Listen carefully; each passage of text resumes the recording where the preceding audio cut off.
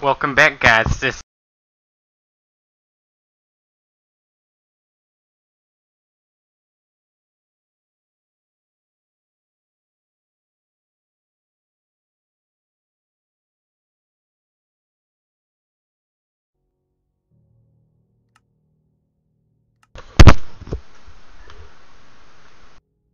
Here we are. 26 years ago today, the first exoplanet was discovered. The first exoplanet was discovered 26 years ago today.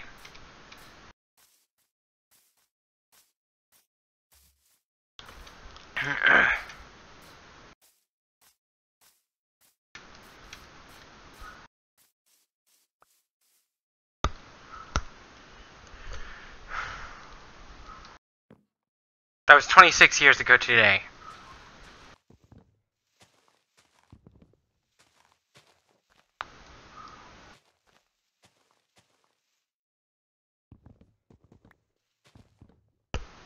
That was 26 years ago today.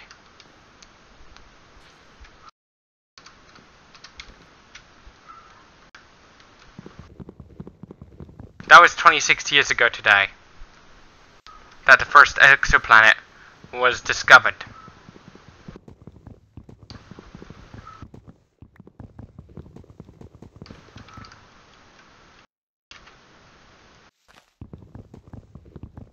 That was 26 years ago today.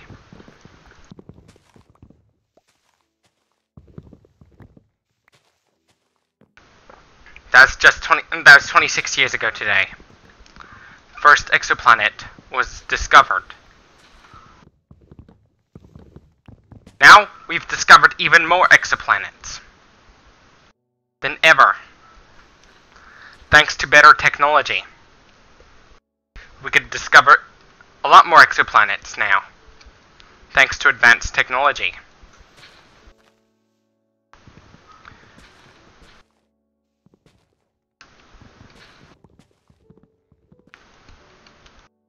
One of the first signs of an exoplanet is when you look under a telescope and you see a star and it's all wobbly. You'll know there's an exoplanet.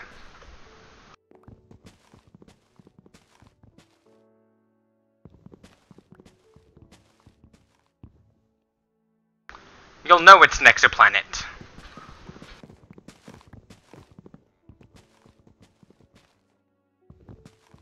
You'll know it's an exoplanet.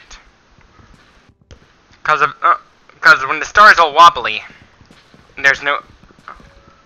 It's possible that there might be another star within the system too. It's possible it might be a binary system.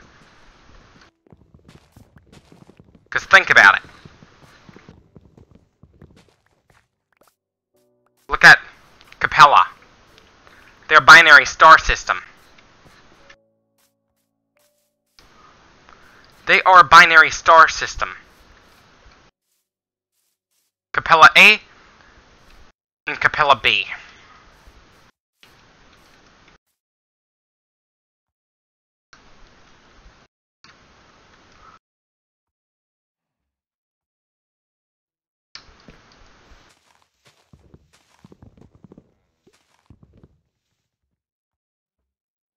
Are the two stars in the Capella system.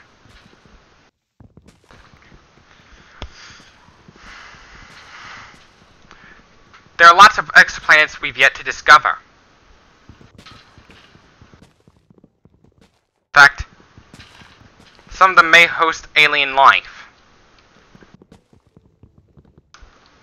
But we need better technology before we can detect alien life. We're trying to communicate with exoplanets to see if we get a signal back. It's going to take a long time because the distance in which light travels in a year is about 6 trillion miles.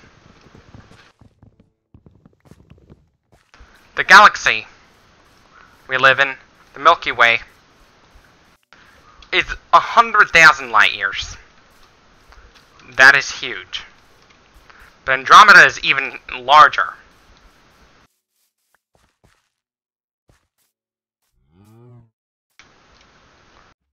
But Andromeda is even larger.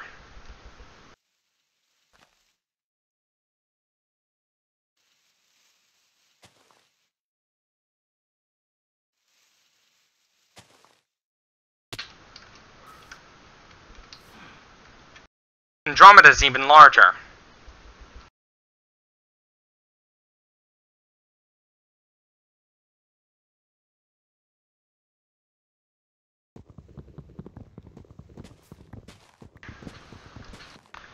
The largest galaxy we've discovered so far is IC1101.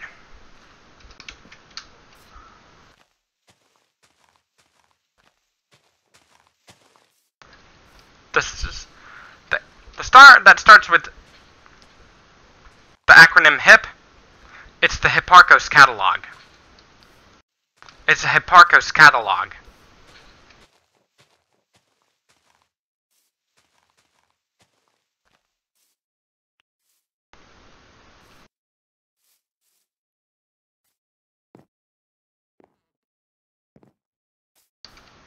It's a Hipparcos catalog.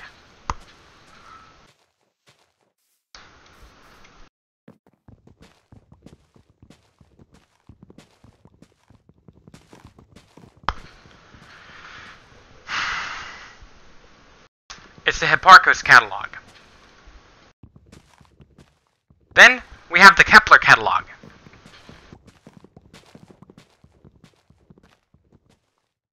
Kepler 22b might be a water world. It might be a small gas giant. Or it might be a gigantic rocky planet.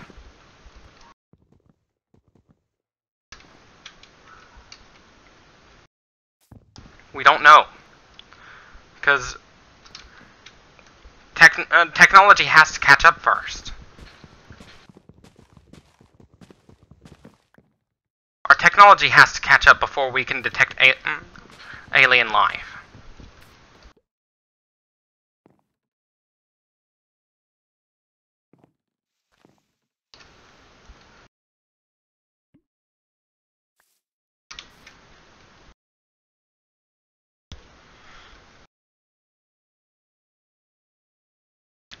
Eventually, our telescopes would get even more advanced, like the James Webb Space Telescope.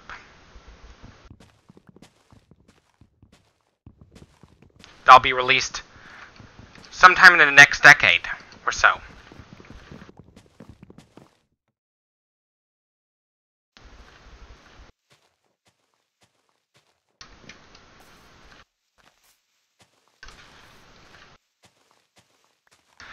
The Hipparcos catalog.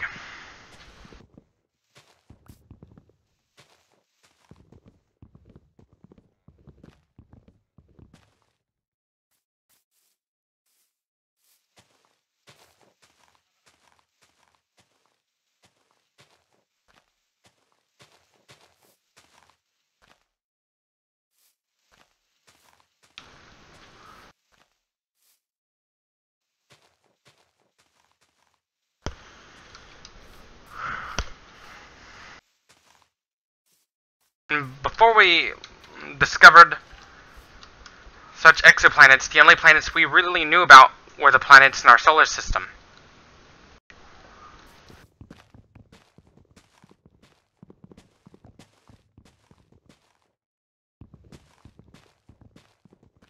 We've discovered some extragalactic stars, too. Stars outside our home Milky Way galaxy. One of the most massive stars we've discovered is in either large or small Magellanic Cloud.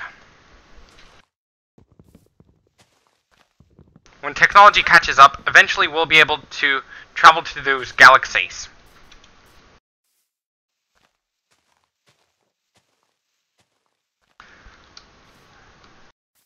Because next, an intergalactic starship requires a lot more energy because why? The orders of magnitude of distance between stars and galaxies are much greater. between galaxies are even greater than that of stars. But if we could go towards intergalactic space travel, we have to focus on interstellar travel first.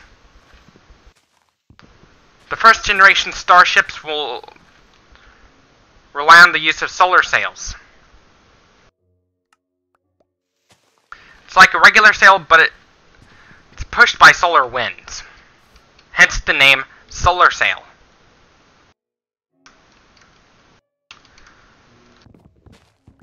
The next generation of starships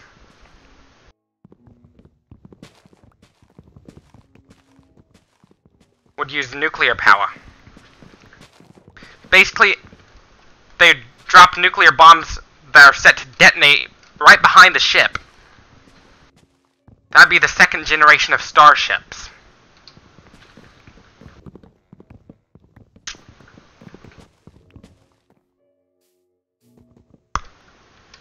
The third generation of starships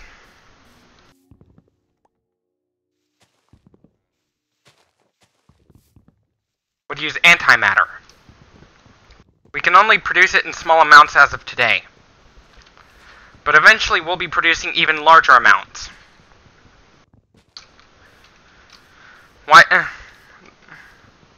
As soon as the costs of antimatter goes down. When costs of antimatter goes down, we can build starships that'll take us to different stars in like less than a year. Yes, I'm talking about from the traveler's perspective, not from the observer's perspective. Because the closest star is about 4 light years away.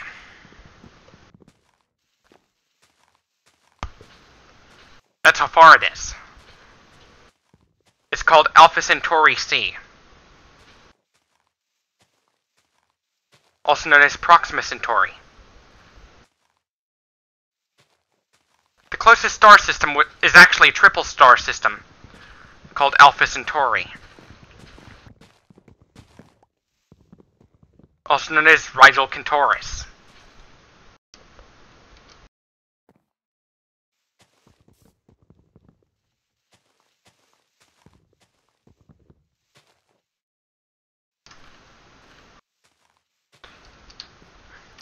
Proxima is not visible to the naked eye because it's Rigel Kentaurus C is not visible to the naked eye because even though it's the closest star to our solar system,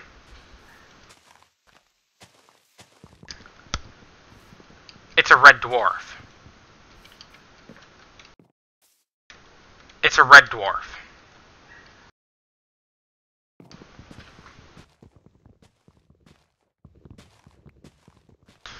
The brightest star in the solar system is actually Alpha Canis Majoris, also known as Sirius.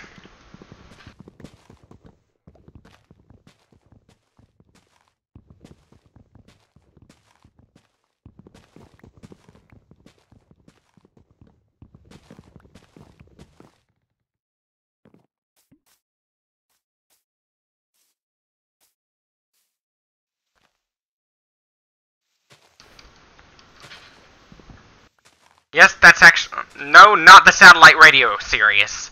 It's actually the name of the star.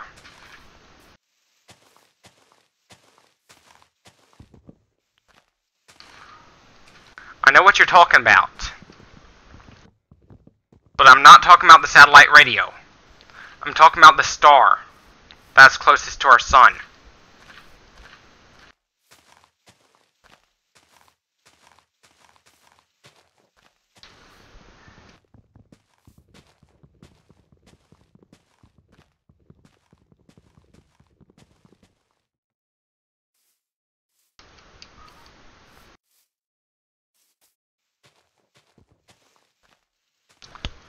With red dwarfs, why do they last so long compared to other stars, like orange dwarfs, yellow dwarfs, white main sequence stars?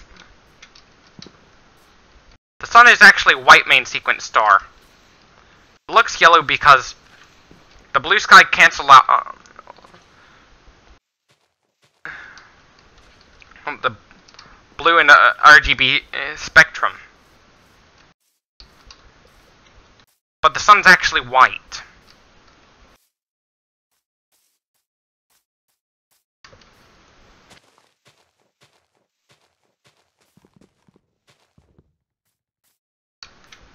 The sun is actually white.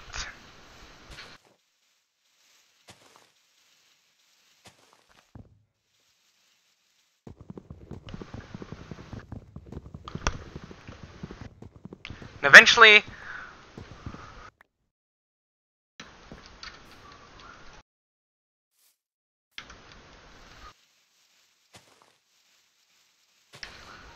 in Aldebaran, the star Betelgeuse is actually a red supergiant. In about 1 million years from now, it is set to explode into a supernova. We're not going to be alive. Unfortunately, we're not going to be alive to see this spectacular event. But our descendants will.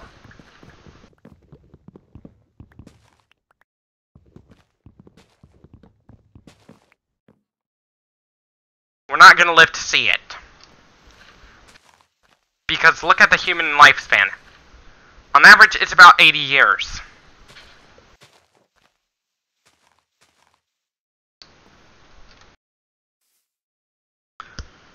On average, the human lifespan is about 80 years.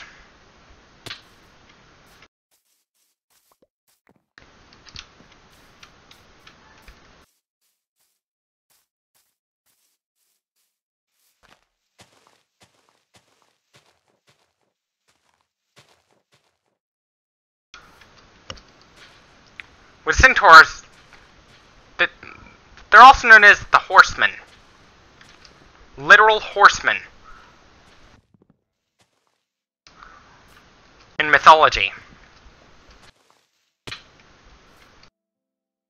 In astrology.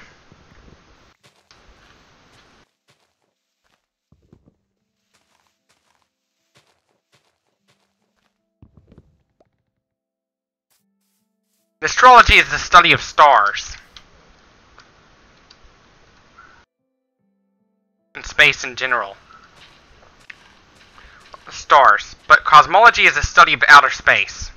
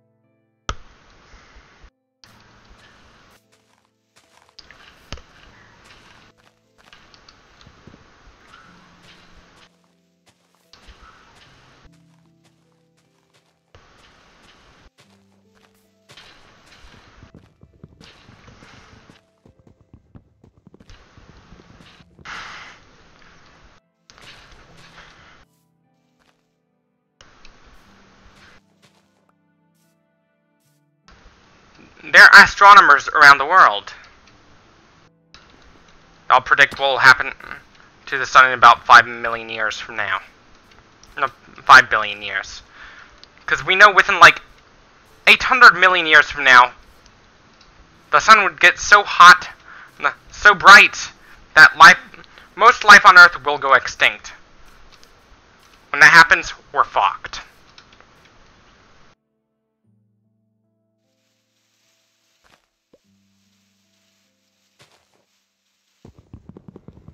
When that happens, we're fucked.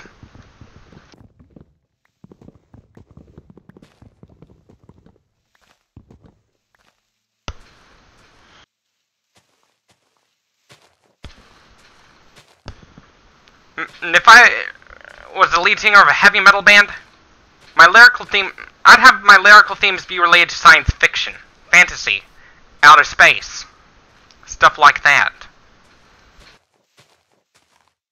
For songs that relate to apocalyptic events in the solar system or in the universe, I'd make the music really aggressive. I'd make it sound really aggressive.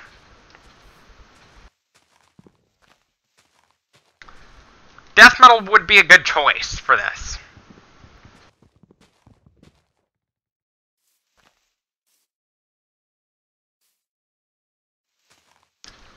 Because death metal is really aggressive. It's one of the most aggressive things I've heard of. It's one of the most aggressive genres of heavy metal I've heard of.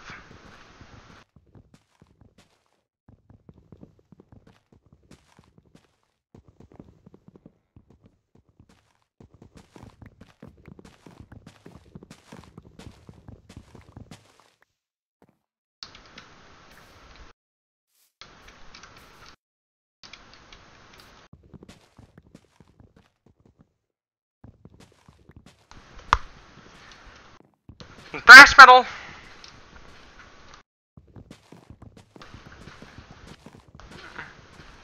I'd probably make it more of melodic death metal. Just like what Death Clock is.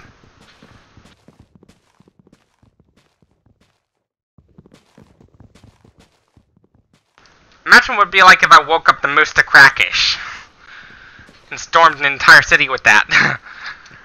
Musa, crackers, Musa, crackers, Musa, crackers. That is death metal.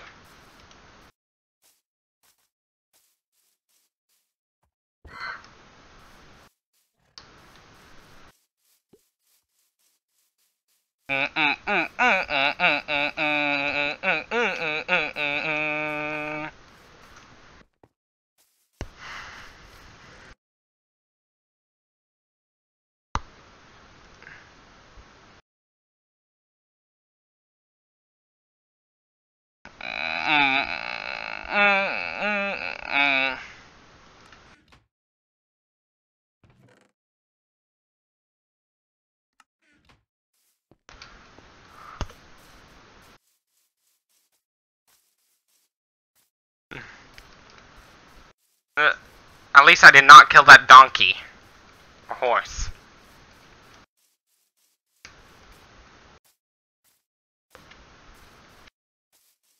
Let's talk about some other topics too, like the deep web.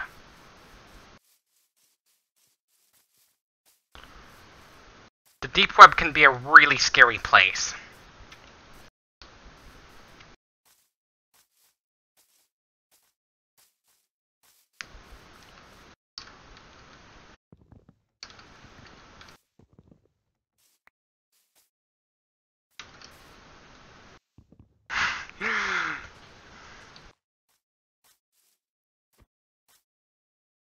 The deep web can be a really scary place to be. One of the scary parts of the deep web is people post stuff that should never be posted ever. Like crush porn. Or people crush animals for the sexual satisfaction of really sick people. Really perverted. People who are extremely perverted.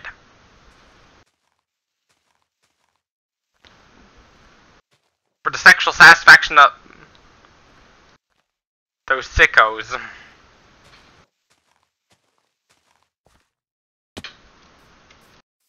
Which is just horrible. This is it's also really sad.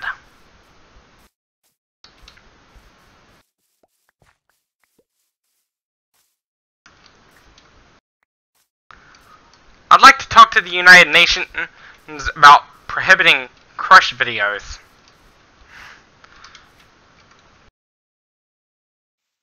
Crush videos that involve hurting a live animal of any kind should be banned.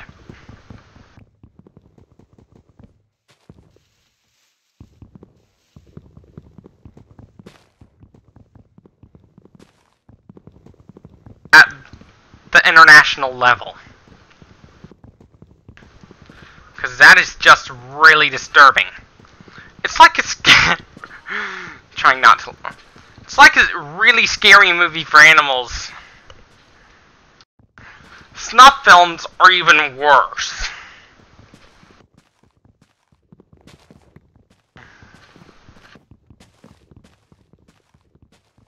They're even worse.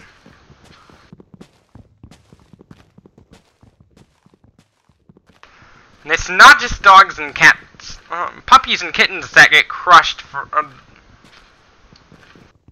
the sexual satisfaction of those weirdos on the dark web. Wild animals can be a victim too. Like monkeys.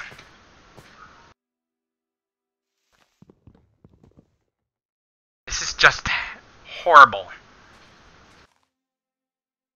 If you want to avoid being traumatized, it's best not to go to the deep web. The surface web would be a really good place for you.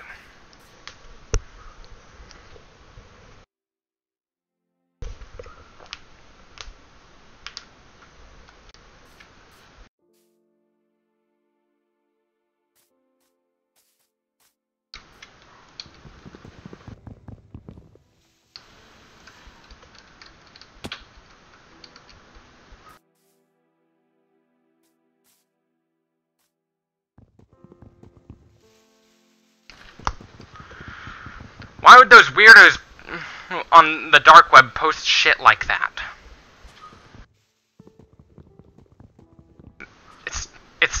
It's wrong.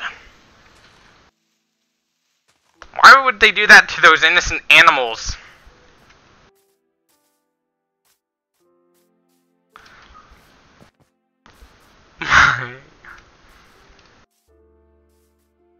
What's really bad if they did that on baby piglets?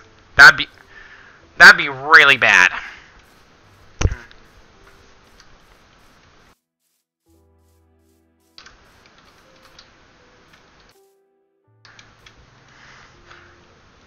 Bugs can be a target of crush porn, too. This is just wrong. People, our comrades on the dark web they need to stop doing that. 'Cause that is just abusive.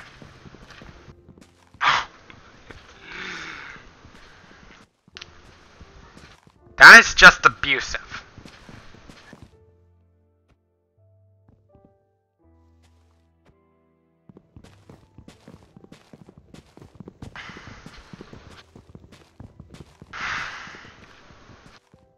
How'd you like it if you were crushed by an animal for the sexual satisfaction of other animals? You wouldn't like it.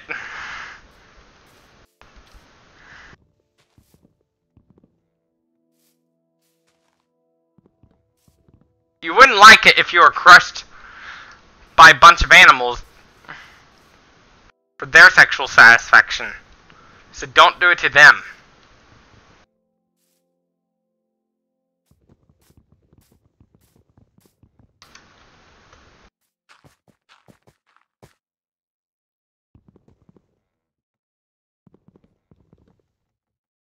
So don't do it to them. Just don't.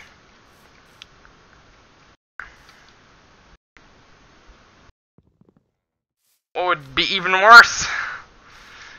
If they bred animals for such purpose like that.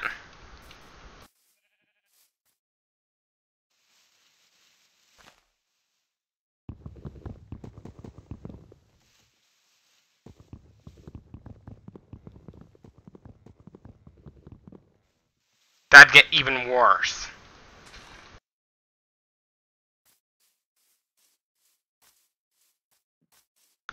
If they bred people for the sole purpose of crushing them, animals for the sole purpose of crushing them, that'd be really wrong. Stay safe on the internet. Going to the deep web is not a good idea. Even if it's legal, it's not a good idea.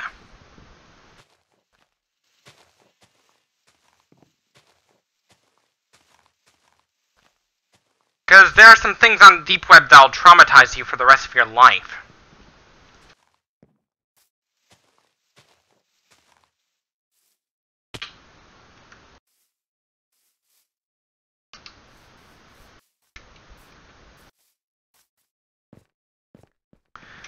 stay safe on the internet, kids.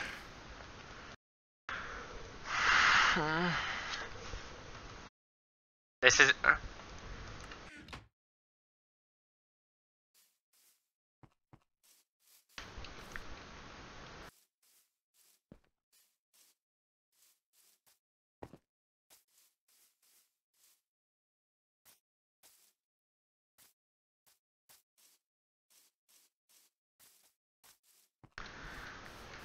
I'm gonna screenshot this, post it on Instagram. As always, thank you for watching. Stay tuned for more.